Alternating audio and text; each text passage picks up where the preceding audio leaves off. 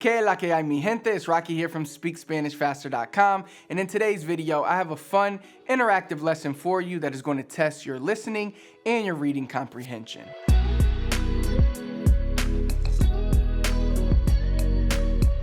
But really quick, before we get into that, I want to answer a question that many students have asked me, and that is reading in Spanish important?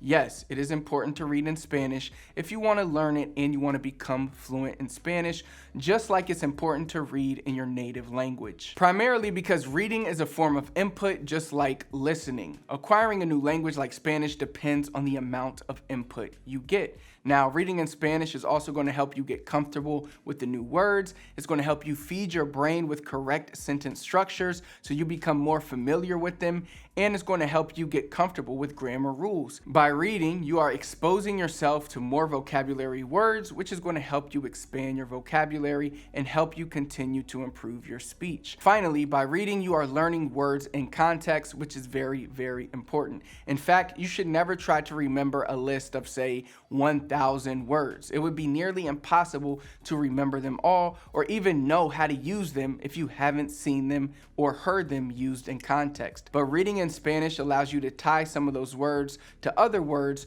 which will make them much easier to retain. This is the reason why I always recommend to my students that when you are writing down words that you want to remember, don't just write the word, but write the entire phrase. This is going to help you put an idea or even an image to the word that you want to remember, which will make it easier to recall in the future. In his book, Unlimited Memory, Kevin Horsley says that if you hear a piece of information, 3 days later, you will remember 10% of it.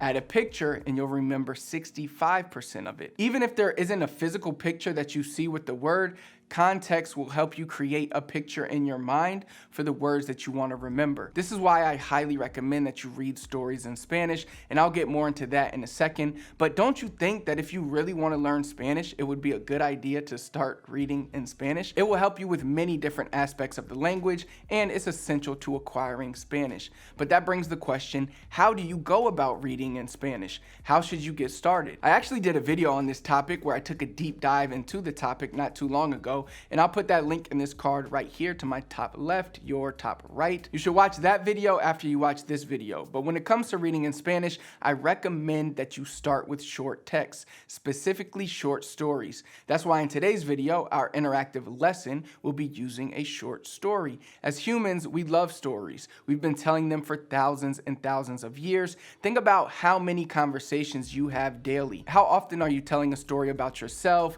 someone else, what you did, what they did? As humans, we communicate primarily through stories. In terms of learning Spanish, stories are powerful in helping us retain vocabulary words because of that quote from Kevin Horsley that I mentioned earlier. They help us put images to words. For beginner Spanish learners, it's important to start with short stories for a few reasons. The first reason is that short stories usually have action happening. There's no time wasted building up the story, right? So short stories are going to be more entertaining and they are easier to stick with. Also, short stories are less daunting and less difficult for the reader. For example, if you're a beginner, you don't want to start with a 300-page Harry Potter book. Heck, I have trouble getting through big books in English, let alone a foreign language. What you are looking for is to build some type of momentum, and that's what short stories allow you to do until you get to the point where you can progress to that big chapter book. The next thing is when you are reading, it's very important that you don't interrupt yourself. What I mean is don't stop every second to write down every word. Remember, it's okay if you don't understand everything. Now, if you don't understand anything, then you probably shouldn't be reading that piece of content. But that's why it's important to start at the level that you are at, start easy with easy short stories, and progress as you go. But you don't want to interrupt yourself pausing after every single line to write down and translate every word. Usually what I would recommend is that you read, let's say, a chapter of a book or one short story that's like 5 minutes and try to read it all the way through without stopping. And then after that, you can kind of read back through it, write down a few phrases that you are not familiar with, and then you can look up the translation for those phrases and then maybe go back and read it one more time Do this a few minutes daily until this piece of content becomes comprehensible. Another great thing to do while reading is to listen along. This is called immersion reading. It allows you to consume both forms of input at the same time. So you are essentially knocking out two birds with one stone. This will allow for an even better reading experience. It can help your concentration while also helping your reading, comprehension, intonation, and pronunciation. Super powerful to say the least. My favorite way to do this is to get a Kindle book with the Audible version. Yes, this requires a little more of an investment, but it's worth it. So those are some quick tips about reading in Spanish. As you can see, it's very important to read in Spanish if you want to learn it, if you want to become fluent. Start with simple short stories. Don't write down every word, and when you do write down words, write them in phrases. Now let's dive into this interactive Spanish listening and reading comprehension lesson. How this is going to work is you are going to read and listen to the story in Spanish. Then at the end, there will be a quick comprehension quiz. Follow the same process that I mentioned above. So read it one time through without stopping, rewind it, and you should see the timestamps on the YouTube timeline down below. So you can quickly go back to the beginning of the story if you need to. And then the second time through, it's okay to pause and write down a few phrases that you aren't familiar with. Take some time to translate those, then maybe listen one more time before you finally take the comprehension quiz at the end. I will put a poll on this YouTube video to make this as interactive as possible, and there will be 5 questions at the end. I will try to give you like 5, maybe 10 seconds to answer the questions. Last time I did an interactive video like this, I gave everybody 5 seconds to answer, and everyone said it wasn't enough time. So maybe I'll give you 10 seconds today to answer each question, and you just click on the poll on YouTube on this card right up here, select your answers, and then at the end of the video, I will share the answers with you, and you can see if you got them correct or not. Be sure to comment below and let me know what your score was: 1 out of 5, 2 out of 5, 3 out of 5, 4 out of 5, or 5 out of 5. Let's get started. Brooke es madre de 3 niños pequeños. Tiene una hija y gemelos. Sus nombres son Kayla, Joey y Jordan. Kayla es la mayor. Ella tiene 10 años. Joey y Jordan tienen 7 años, pero su octavo cumpleaños es la próxima semana. Brooke está organizando su fiesta de cumpleaños porque quiere que sea perfecta. Pronto enviará invitaciones para fiestas de cumpleaños a unos 20 niños que asistirán a la fiesta de sus hijos. Los niños acordaron que querían organizar una fiesta en la piscina con todos sus amigos en la escuela. Pero eso es lo único que acordaron. Joey quiere una fiesta de pizza y un pastel de helado. Pero Jordan quiere una hamburguesa con queso y pastel de chocolate.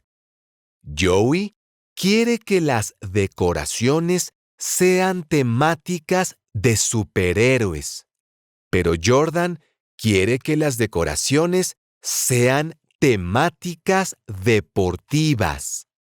Así que Brooke está decorando la sala familiar y la cocina con el tema de los superhéroes y el área de la piscina con el tema de los deportes. De esta manera, Joey y sus amigos pueden comer su pizza en la cocina y ella puede asar hamburguesas con queso junto a la piscina para Jordan. A la hija de Brooke, Kayla, le encanta decorar, por lo que ayuda a decorar la casa y a hacer regalos. Le dieron a Joey un nuevo personaje de Spider-Man. Le compraron a Jordan una camiseta de fútbol americano de su equipo favorito. Brooke, Kayla, Joey y Jordan no pueden esperar para celebrar.